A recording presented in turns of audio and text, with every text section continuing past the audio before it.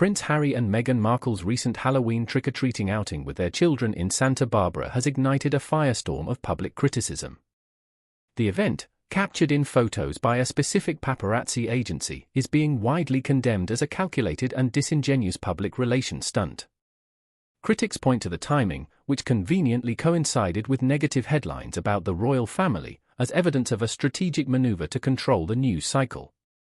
The couple's seemingly joyless demeanor and the staged nature of the candid photos have only fueled accusations of hypocrisy, particularly given their vocal demands for privacy. This latest incident reinforces a growing public perception of the Sussexes as performers in a constant, self-serving narrative. The staged spectacle, Harry and Meghan's Halloween charade. In the grand theatre of modern royalty and celebrity, few performances are as meticulously choreographed or as transparently contrived as the recent Halloween outing of Prince Harry and Meghan Markle. In what has become a predictable annual ritual, the Duke and Duchess of Sussex have once again graced the public with a supposedly candid glimpse into their lives, this time portraying themselves as down-to-earth parents taking their children trick-or-treating.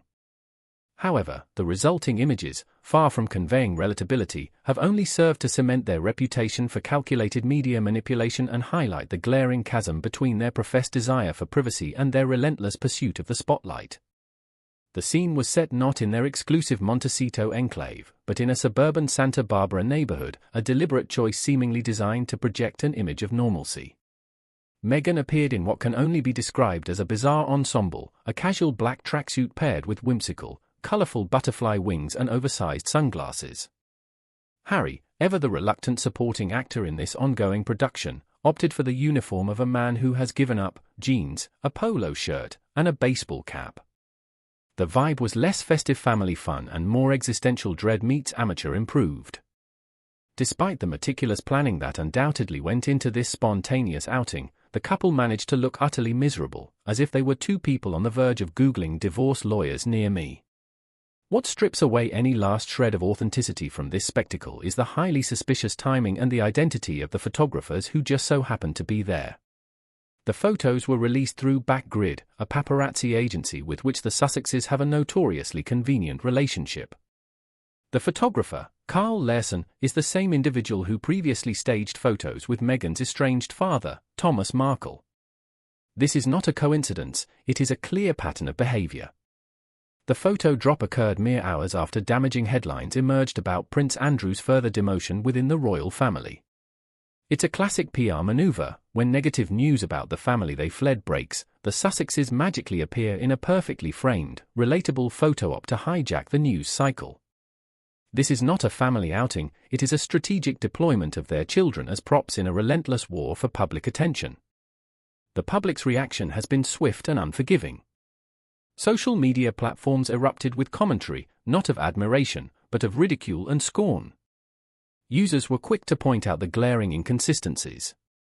People spotted Meghan clutching a stemless wine cup, while Harry was seen carrying not one, but two bottles of an unidentified beverage, one in his hand and another conspicuously tucked into his pocket. The joy and chaos that typically define a family trick-or-treating expedition were conspicuously absent. There were no smiles, no laughter, no genuine interaction with other families. The entire scene felt sterile and hollow, a pantomime of parenthood performed for the cameras. For a couple that has built a brand on victimhood and the alleged horrors of media intrusion, this orchestrated event reeks of breathtaking hypocrisy. They have spent years engaged in multi-million-dollar lawsuits against tabloids for invasion of privacy, yet they appear to have no qualms about summoning their favored paparazzi agency to capture staged moments when it serves their narrative. This isn't about protecting their children, it's about controlling the narrative and monetizing their carefully curated image. They don't want privacy, they want control over their publicity, a distinction the public is no longer willing to ignore. The lack of effort in their costumes also drew considerable comment. Meghan's low-effort butterfly cape from Amazon and sunglasses did not scream festive spirit. Harry didn't even bother with a costume, unless disillusioned Duke was the intended theme. This lack of genuine participation stands in stark contrast to other public figures and even other royals, who often embrace the fun and creativity of the holiday. It reinforces the perception that this was not about creating memories for their children, but about fulfilling a contractual obligation to their own brand. This Halloween incident is not an isolated event but part of a larger, troubling pattern. Every public appearance, every leaked photo, every candid moment feels like a desperate attempt to fill the void left by their departure from the royal family.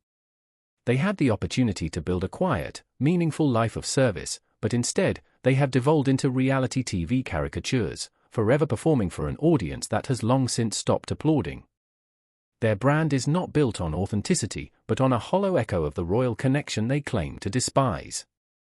The irony is palpable. The very institution they accused of trapping them is the one that provides the relevance they so desperately crave. Without the royal titles and the drama of their exit, they are just another celebrity couple. Every stunt, every photo op, only serves to remind the public of this fact. They are not building a new, independent life, they are endlessly circling back to the source of their fame, trying to cash in on a currency of dignity they have long since squandered. As their Netflix stock drops and their popularity wanes, one can only wonder what carefully staged relatable moment they will produce next. But one thing is certain, the public is no longer buying the performance.